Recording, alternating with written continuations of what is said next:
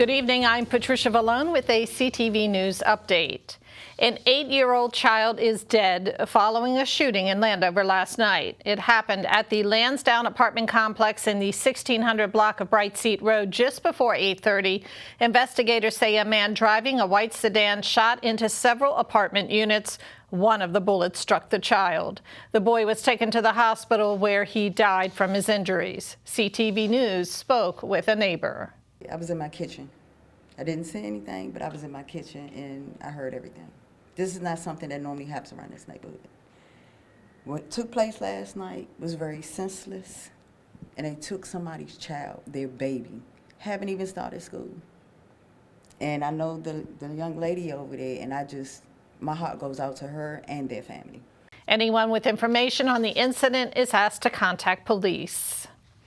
Maryland lawmakers are urging the State Board of Education to institute emergency masking inside of schools. Keisha Butts has the details. That's right. A bipartisan coalition of state senators, including President Bill Ferguson, sent a letter to the Maryland Board of Education. They're asking for emergency masking inside state schools with substantial or high levels of COVID-19 transmission. This comes before the Board of Education is set to vote on a face covering mandate tomorrow. Maryland Superintendent of Schools Mohammed Chaudhary says he supports universal face coverings for the fall. He is also checking if he has the legal backing to make this happen. So far, each school district has devised its own reopening plans. Ferguson says 5 counties have opted to make masking optional. This is Keisha Butts with CTV News. Back to you. And the Board of Education will meet tomorrow at 3 p.m. The Senate Education, Health, and Environmental Affairs Committee has meetings scheduled for August 30th. At least 4 senior aides to Governor Hogan test positive for COVID-19 just days after some of them attended the Maryland Association of Counties convention in Ocean City. Now, according to the Daily Record, one of Hogan's senior staffers fell ill on Monday. At least 2 other senior staff members who later tested positive also attended the MACO conference. The governor and lieutenant governor have both tested negative. Hogan received a 3rd booster dose of the vaccine on Sunday. The governor has previously been treated for cancer and meets federal guidelines for the booster shot. The latest COVID-19 numbers for our area show an increase in the number of cases, but a slight decrease in the positivity rate in Prince George's. Here are the numbers of the 1,190 newly confirmed cases. 229 were in Prince George's. The county's positivity rate eased to 6.08%. 11 people have died from the coronavirus since yesterday. 709 remain hospitalized. Prince George's has taken the brunt of the pandemic here in Maryland, with a total of nearly 91,000 cases overall. And you are watching CTV News. I'm Patricia Vallone. We'll be back in just a moment. STEM is the discipline of hard numbers, precise, no margin for error. Dare to forget that. Dare to have fun with it. Get weird with it. Dare to get messy or just mess it up. Dare to program something internet-breaking, record-breaking. Dare to blow their minds. Dare to try. Dare to fail. Dare to keep daring. Dare to learn the difference between organic, sedimentary, and non-foliated metamorphic rock. Get outside, find those rocks. Dare to be homeroom famous, a high school fable. Dare to send those old STEM theories flying past the neighbor's house into outer space. And for the love of STEM, dare bigger. Dare to code, dare to invent, dare to explore, dare to STEM. Check out She Can STEM to get started. During high school, I hung with the wrong crowd and I never graduated. I helped Santiago in many different ways, like all fathers do, because he always wanted to go to college. I felt a little embarrassed to come back to school, but eventually, once I came here, I knew that it's for a bigger goal.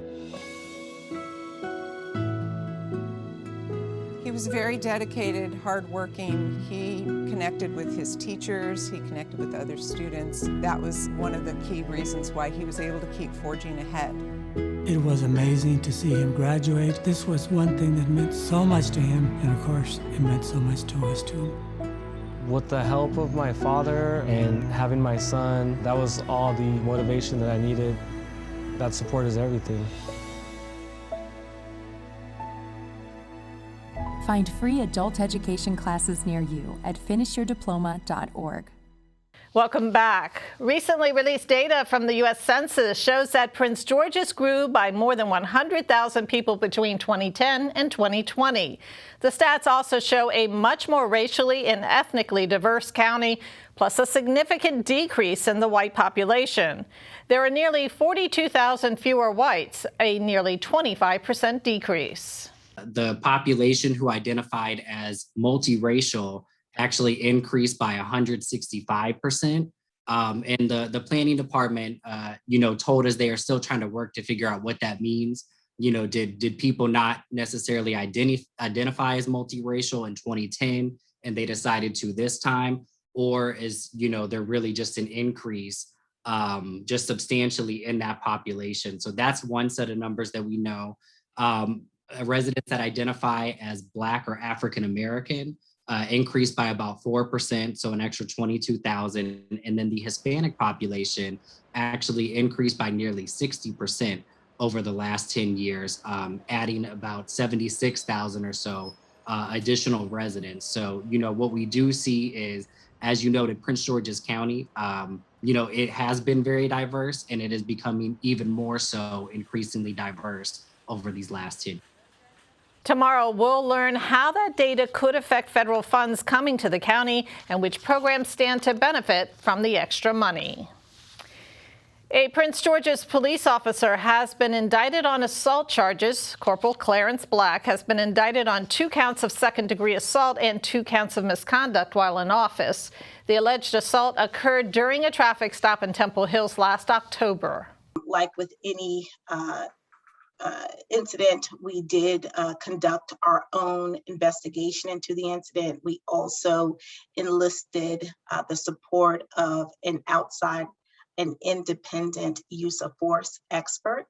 That expert provided us with a report recently, and based on that report and our own assessment, we presented our evidence before a grand jury, and the grand jury returned an indictment. And now on suspension, Black has been with the force since 2002.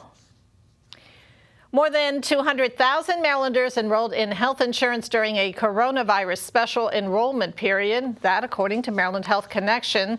The emergency enrollment period was 17 months, which is the longest of any state in the country. The marketplace currently covers more than 1.3 million Maryland residents. The special enrollment ended on August 15th. If you need to enroll in private health insurance, the next opportunity will be in November. A new health care option comes to BWI Thurgood Marshall Airport. Governor Hogan was among those touring the new First Call Urgent Care Medical Center. The facility will provide a variety of services, including emergency care, COVID vaccinations, and testing. The facility, which is in the main terminal near Concourse C, officially opens tomorrow at 9 a.m. Democratic candidates for state comptroller say they want to legalize cannabis in Maryland and create a more equitable marijuana industry. Now, Bowie Mayor Tim Adams and Delegate Brooke Learman have made the issue a central part of their campaigns. Adams says although there is a moral issue to consider regarding legalization, he says there is also the issue of how some groups have been unduly penalized. It has been used as a tool against many people from a legal standpoint. And so it has caused a lot of people that made what was legally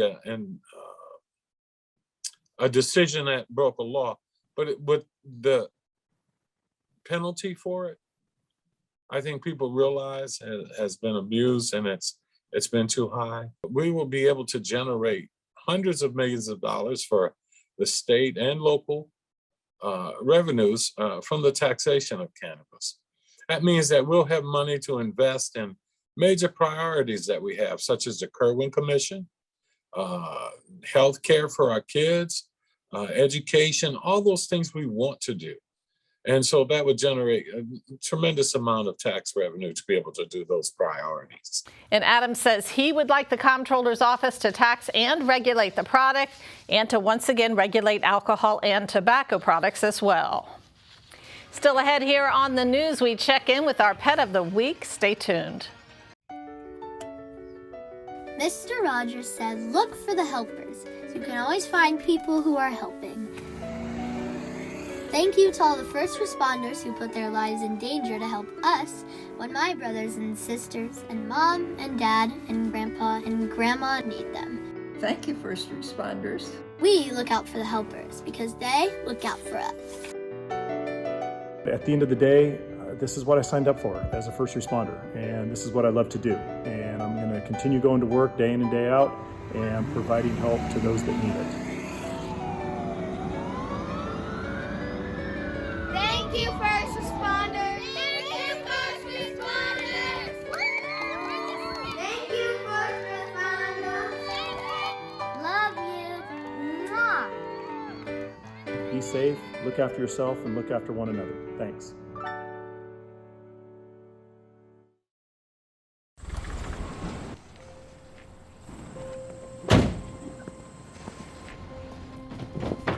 Dad, they took over my bedroom. Come on, come on.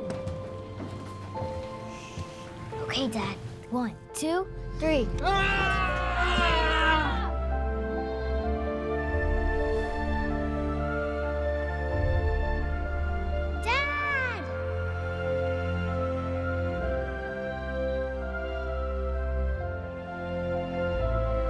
You saved me. Dad? Are you okay? I'm fine, dear.